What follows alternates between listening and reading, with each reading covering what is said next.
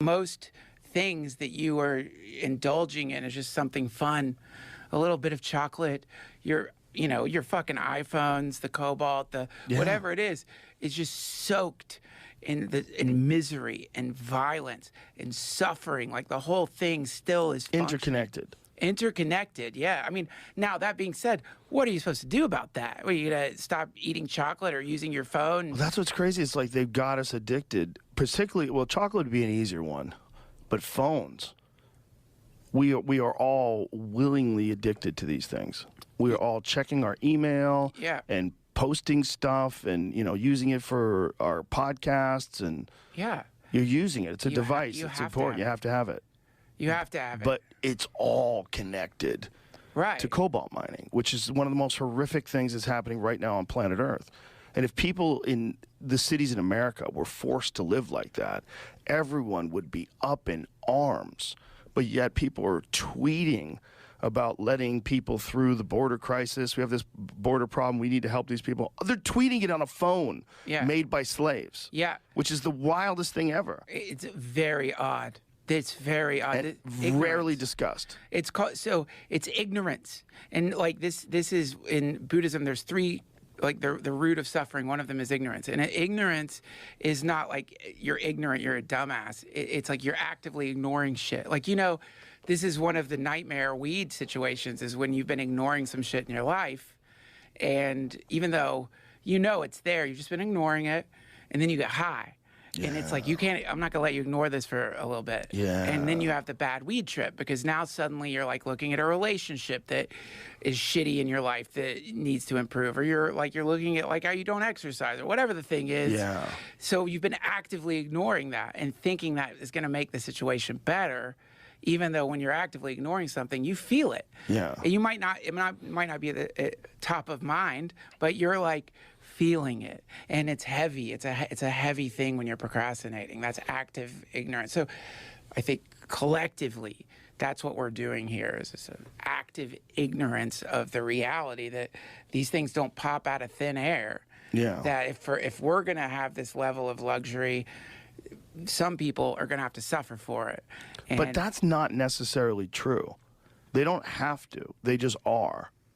It's not like you couldn't figure out a way where the company profits slightly less, the people live far better, and phones cost reasonably close to what they cost to now. The problem, you look at a company like Apple, just the amount of money that they've generated from devices, and what percentage of it is phones?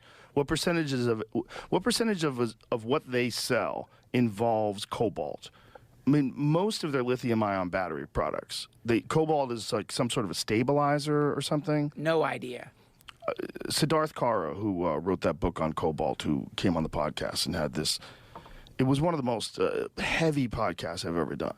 Because you're sitting here, and he's exposing how these people are living, how these 19-year-old mothers have babies on their backs, and they're digging into these hills to get cobalt, and the dust is coming up, and it's horrific for them. Terrible health consequences. They're being poisoned, and they're making no money, and they have no electricity. Yeah, and don't forget that those cobalt mines are not even owned by Africans. They're usually owned by like Chinese. Yeah, and if you just imagined that instead those people lived in an economically thriving town like Detroit was when they were putting together automobiles. Like Detroit, at one point in time, was one of the richest cities in the country. Yeah. Detroit was a huge hub. There was beautiful cars everywhere. America was making these cars, and they were selling like crazy. The industry was booming, and then they pulled it all out. Yeah. And then the city imploded. Like if you went to Detroit when did Detroit fall apart? When did the auto manufacturers pull a giant chunk of their production out of Detroit? What year was that? Because it's a very stark cliff economically. It's like Roger and Me when he made that documentary. Oh yeah, 1960s. Right. When a building boom pushed people to the suburbs. Population plummeted to 700,000 with the highest unemployment rate, more than 16% in any major American city. Yeah.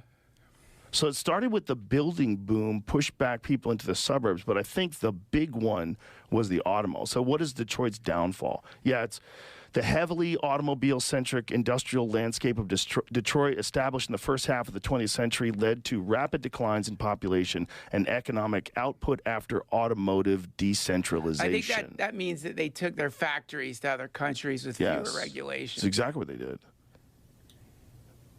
It's exactly what they did. And it makes you think, like, man, what did you do?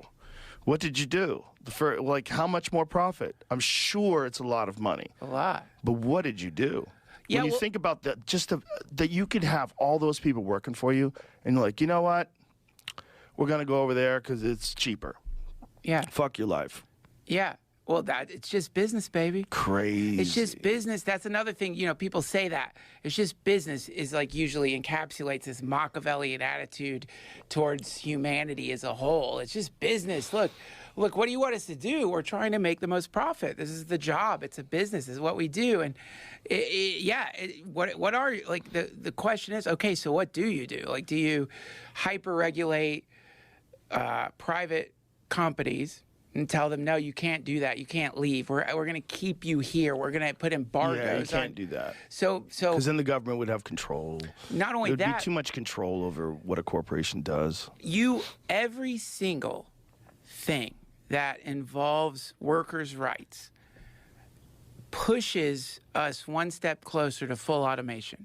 Every single thing over time. When it gets to the point that operating an Android is less expensive than paying for a human, there will be no more human workers. That's Andrew Yang's thing. Yeah. Andrew Yang says that? Yeah, Andrew Yang talks about automation and how automation is going to kill so many jobs and that people aren't prepared for it. And that's one of the reasons why he was pushing universal basic income.